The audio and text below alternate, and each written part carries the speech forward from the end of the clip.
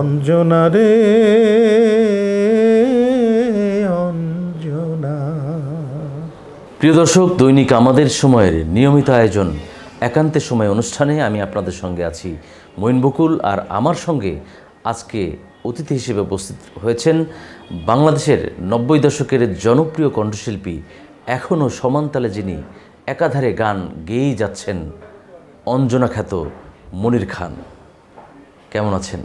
খুব ভালো আছি ইনশাআল্লাহ। সম্প্রতি আপনার কয়েকদিন আগেই জানি চলে যাবে তুমি শিরোনামে একটি গান প্রকাশিত হয়েছে, সাড়া কেমন পাচ্ছে? আমার চ্যানেলে যে গান আমি আপলোড করি, এই গানের রাতারাতেই যে প্রচুর ভিউ হয়ে যায় বা হ্যাবক সৃষ্টি করে তা কিন্তু নয়। এটা চলতেই থাকে, এটা সব সময়ের জন্য, সারা জীবনের জন্য। ভাইরাল শব্দটার সাথে আমি খুব একটা আপোষ করতে চাই না, কারণ ভালো জিনিস, সুস্থ জিনিস কখনো ভাইরাল হয় না। যে জিনিসটি ভাইরাল হয় সে জিনিসটি হলো মুখরোচক, দু একদিন হইহল্লা করে, লাফাঝাপা করে, পরে স্থির হয়ে যায়। তো সেই কাজটা আমি কখনোই করিনি এবং করি না, যার কারণে জানি চলে তো যাবে। এবং গতকাল একটি গান আপলোড করেছি বন্যাকে নিয়ে, বন্যায় মানুষ কেঁদে কেঁদে মরে। ভিউ হচ্ছে, তার গতিতে সে চলছে, এবং যে কমেন্টসগুলো আসে সেগুলো শুনলেই অন্তরটা ঠান্ডা হয়ে যায়। যখন কমেন্টসগুলো পড়ি তখন এত ভালো লাগে যে ওই হাজার হাজার মানুষের উত্তেজনার থেকে একটা সুস্থ কমেন্টসই আমার কাজের যে স্বীকৃতি, কাজের যে মূল্যায়ন, তাতে যে শান্তি পাই, সেটাতে আর কিছু লাগে না। আমরা যদি আগের ৯০ দশক বা এখন একবিংশ শতাব্দীর যে অবস্থা, গানের পার্থক্যটা আপনি কীভাবে দেখেন? গানের পার্থক্য শুধু নয়, সময়ের পার্থক্য তো হয়েছে। সময়ের পার্থক্য হয়েছে না? আপনি ৯০ থেকে এখন ২০২৪, কতটা বছর চলে গেছে। এই বছরতে কিছু পরিবর্তন আসবেই। আর সময়ের দাবি বলে একটা কথা আছে, সেই সময়ের দাবি পূরণ করতে গেলেও কিছু আপনাকে কাজ করতে হচ্ছে, যে কাজগুলো আপনার সময়ের ডিমান্ড, এগুলো আপনার করতে হচ্ছে। তো সেজন্য কিছু পরিবর্তন তো এসছেই। এখন যেমন একটু মিউজিকের পরিবর্তন এসছে, গানের কথার পরিবর্তন এসছে, গানের সুরের পরিবর্তন এসছে। তো সেটা যে আমাদের সংস্কৃতির জন্য খুব উপকার হচ্ছে তা নয়। সুস্থ সংস্কৃতির ক্ষেত্রে উপকারের জন্য কোনো কিছু হচ্ছে না, পরিবর্তন হচ্ছে। বাট এটা আমরা দিনে দিনে অপসংস্কৃতি যাকে বলে, অসুস্থ সংস্কৃতি যাকে বলে, সেদিকেই ঝুঁকে যাচ্ছে বেশি। আপনি তো ওই সময়ের ব্যাপক জনপ্রিয় কিছু গান ছিল, সেই সময় আমরা দেখেছি যে মানুষের মুখে মুখে কিছু গান ছিল এবং রন্ধ্রে রন্ধ্রে মিশে গিয়েছিল মানুষের হৃদয়ে।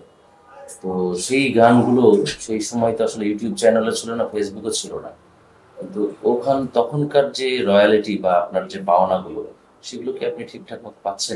সময় অনুপাতে যখন যেটা প্রয়োজন সেটা পাচ্ছি। আগে তো একেবারেই আমাদের সেই সিডির যুগ, অডিওর যুগ, সেই পুরান ঢাকা থেকে শুরু করে সারা বাংলাদেশে যে ক্যাসেটের ছড়াছড়ি ছিল ঈদ উপলক্ষে, পয়লা বৈশাখ উপলক্ষে, সেই জিনিসটি এখন নাই।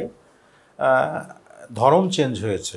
বাট আর্থিক সুবিধা অসুবিধার দিক থেকে বলবো, সেটা হয়তো শিল্পীরা এখন নিজেরাই নিজেদের গানগুলি চ্যানেলের মাধ্যমে নিজেদের কাছে রাখতে পারছে, নিজে বুঝতে পারছেন যে আমার এই গান কিভাবে মানুষ শুনছেন এবং এই গানের উপর ভিত্তি করে আমি কতটুকু পয়সা পাচ্ছি।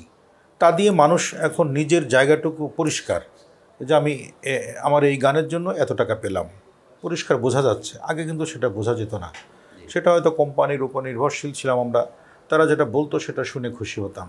বাট এবার আমরা জেনে বুঝে একদম হাতে নাতে বুঝতে পারছি। আগের শিল্পী আর এখনকার শিল্পীদের মধ্যে পার্থক্য, মানে কণ্ঠের, যেমন আমরা যদি জানি, অনেকেই বলে যে আপনি নতুন ধারার যে শ্রোতা, তাদের জন্য নাকি কণ্ঠের কিছুটা সংমিশ্রণ বা বলেন বা একটু আপডেটেড ভার্সনে অনেক গান করছে। না, এখনকার ছেলেমেয়েরা অত্যন্ত ট্যালেন্ট, ভালো কাজ হচ্ছে, ভালো ছেলে মেয়ে প্রচুর তৈরি হয়েছে। কিন্তু আমাদের এখানে মেন সমস্যা যেটা দেখা যাচ্ছে, সঙ্গীত কিন্তু গুরুমুখী বিদ্যা। এই গুরুর কাছে যাওয়ার অভ্যাসটা আমাদের কমে গেছে। যেটা শিক্ষা অর্জন করে যে ভালো কিছু তৈরি করার যে ব্যাপারটা, সেই জায়গা থেকে আমরা দূরে সরে গেছি।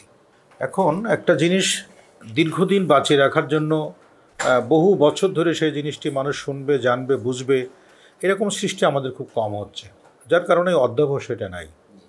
কারণ একটা বড় বিল্ডিং বা উঁচু বিল্ডিং দীর্ঘদিন টিকে থাকবে তার ফাউন্ডেশন মজবুত থাকলে। একজন কণ্ঠশিল্পী বা শিল্প চর্চার মধ্যে, সুস্থ সংস্কৃতি চর্চার মধ্যে যদি সেরকম বস্তুনিষ্ঠ বা সেরকম ফাউন্ডেশন মজবুতের ক্ষেত্রে চর্চাটা না থাকে, তাহলে দীর্ঘদিন সেটা ধরে রাখা খুব মুশকিল হয়ে যায়।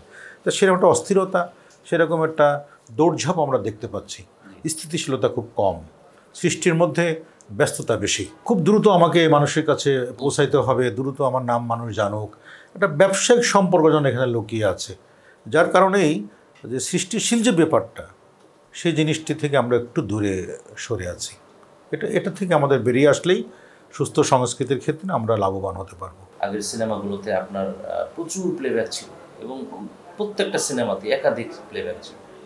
তো এটা আসলে যে আমরা সর্বশেষ অভিযোগ অনেকেরই যে একটা সিন্ডিকেটের মাধ্যমে কাজ করে, সিন্ডিকেট বিষয়ে আপনি কী বলবেন? এটা সবসময় ছিল। বাংলাদেশে যে জিনিসটি হয় সেটা কিন্তু অন্যান্য দেশে হয় না। সংস্কৃতি যদি ছোট করে ফেলা হয়, আপনার কাছে 100 টাকা আছে, যদি সেই টাকার অর্ধেক যদি আমাকে দেন, তাহলে কিন্তু ভাগ হয়ে গেল। আর যদি 100 টাকা আপনার কাছে থাকে, তো 100 টাকার শক্তি আর 50 টাকার শক্তি কিন্তু এক না। তো সংস্কৃতিকে ভাগ করলে এরকম দুর্বল হয়ে যায়। আজকে আমি একজন মনির খান, আমি কিন্তু কোনো দল বা কোনো গোষ্ঠী কিন্তু আমাকে মনির খান বানায়নি। আল্লাহ পাকের হুকুমে, আল্লাহ পাকের দেওয়া যে প্রতিভা, সেটাকে চর্চা করে গুরুজনদের কাছে গিয়ে বহু সময়ের ফসল এটা। এখানে যদি কারো কাছে আমি খারাপ হয়ে থাকি শুধু রাজনৈতিক কারণে, যে আমার না, ওকে গান গাওয়ানো যাবে না, হ্যাঁ, যে আমার তাকে গান গাওয়াতে হবে, তাতে সংস্কৃতি প্রসারিত হয় না, ছোট হয়। এবং সেটি হয়েছে আমার ক্ষেত্রে, হয়েছে আরও অনেক শিল্পীর ক্ষেত্রে হয়েছে। তো সেটা কখনোই আমরা আশা করি না, কারণ একটা দেশের একটা ভূখণ্ড দখল হলে দেশ দখল হয়েছে বলা যায় না, কিন্তু সংস্কৃতি ধ্বংস হয়ে গেলে সেই দেশের মেরুদণ্ড বা অস্তিত্ব বিলীন হওয়ার পথে চলে যায়। তো সেরকম একটি আলামত আমরা দেখতে পেয়েছি বিগত দিনে। তো এরকম যেন ভবিষ্যতে না হয়, আমরা সুস্থ সংস্কৃতির ক্ষেত্রে সবাই উন্মুক্তভাবে কথা বলবে, উন্নতভাবে কাজ করবে, তাহলেই আমরা বিশ্বের দরবারে সুস্থ সমাজ তুলে ধরার ক্ষেত্রে সবাই মিলে কাজ করতে পারবো। নতুন বাংলাদেশ, নতুন মানে কেমন মিউজিক ইন্ডাস্ট্রি দেখতে চান? আমি যেহেতু এখানকার একজন মানুষ, আমি সঙ্গীত চর্চা করি, একজন সঙ্গীতকর্মী হিসেবে আমি অবশ্যই অন্তর থেকে চাইব যে প্রথমে আগে দেশ সুস্থ হোক। সুস্থ সম্ভাবনার একটা আলো যেহেতু আমরা দেখতে পাচ্ছি নতুনদের হাত ধরে, সেখানে সুস্থ সংস্কৃতির চর্চাটা সর্বপ্রথম আমাদের দরকার। কারণ একটা দেশের ভাবমূর্তি বা একটা দেশের অলংকার সংস্কৃতির মাধ্যমেই ফুটে ওঠে। তো যদি এই সংস্কৃতিতে আমরা কুলসিত করে ফেলি, যদি সংস্কৃতি অপসংস্কৃতিতে আমরা বেশি ব্যস্ত থাকি, তাহলে কখনো এই দেশের ভাবমূর্তি বলেন, এই দেশের গৌরব বলেন, এই দেশের ঐতিহ্য বলেন, কোনো কিছুতেই আমরা কিন্তু নিজেদেরকে দাবি করতে পারবো না। তো এই জন্য ভবিষ্যৎ যে বাংলাদেশ বা আগামীর বাংলাদেশ এখন থেকে যেটা শুরু হওয়ার সম্ভাবনা হয়েছে, তারুণ্যের যে আন্দোলনের মাধ্যমে, আমি একজন সঙ্গীতকর্মী হিসেবে অবশ্যই আশা করি সে সম্মিলিতভাবে আমরা বাংলাদেশের সুস্থ সংস্কৃতির ক্ষেত্রে আমরা সবাই অবদান রাখব এবং সুস্থ বাংলাদেশ তৈরি করার ক্ষেত্রে সুস্থ সংস্কৃতি একসাথে আমরা সবাই মিলে এই দেশকে নতুন করে সাজাবো। সেক্ষেত্রে কোনো রকম কোনো ও আমার না, ও আসলে আমার ক্ষতি হবে, এই জিনিস যেন না থাকে। আমাদের সম্মিলিতভাবে যেন কাজ করে এই দেশটাকে সহযোগিতা করতে পারি। মেধার মূল্যায়ন যেন হয়, যেন ভোটে শিল্পী নির্বাচিত না হয়। আমরা খুব আহত হয়েছি যে ব্যবসায়িক কিছু মহল, তারা এই যে আপনার রিয়েলিটি শোয়ের মাধ্যমে ক্যাম্পিং করে করে, পোস্টার করে করে, ভোট SMS দিয়ে শিল্পী তৈরি করা হয়েছে। এটি কখনোই সুস্থ সংস্কৃতির জন্য শুভকর নয়। একজন শিল্পী কেন ভোটের মাধ্যমে শিল্পী তৈরি হবে? একজন শিল্পী তৈরি হবে তার হারমোনিয়াম, তার তানপুরা, তার তবলা, তার উস্তাদের দীক্ষা নিয়ে। কেন সে আমার ছেলেকে ভোট দাও, এলাকার কৃতি সন্তান, যত পারো তত SMS দাও, এটা কি শিল্পী নির্বাচিত হয়? নির্বাচিত হয় না। এগুলো হচ্ছে আমাদের কিছু ব্যবসায়িক মহল, তারা শুধুমাত্র নিজেদের স্বার্থ উদ্ধারের স্বার্থে এত বড় একটা সম্ভাবনার দ্বার বন্ধ করে দিচ্ছে। যাদের টাকার দরকার অন্যভাবে টাকা ইনকাম করুক, শিল্পীদের গলাবাজি করে, শিল্পীদের গলা চেপে ধরে, শিল্পীদের ব্যবসা করে টাকা ইনকাম করার দরকার নাই। প্রিয় দর্শক, এতক্ষণ দেখলেন 90 দশকের জনপ্রিয় কণ্ঠশিল্পী এবং বর্তমান সময়ে যিনি একাধারে গান গেয়েই যাচ্ছেন, সেই প্রিয় কণ্ঠশিল্পী অঞ্জনা খ্যাত মনির খান। শুনলেন তার অজানা অনেক কথা।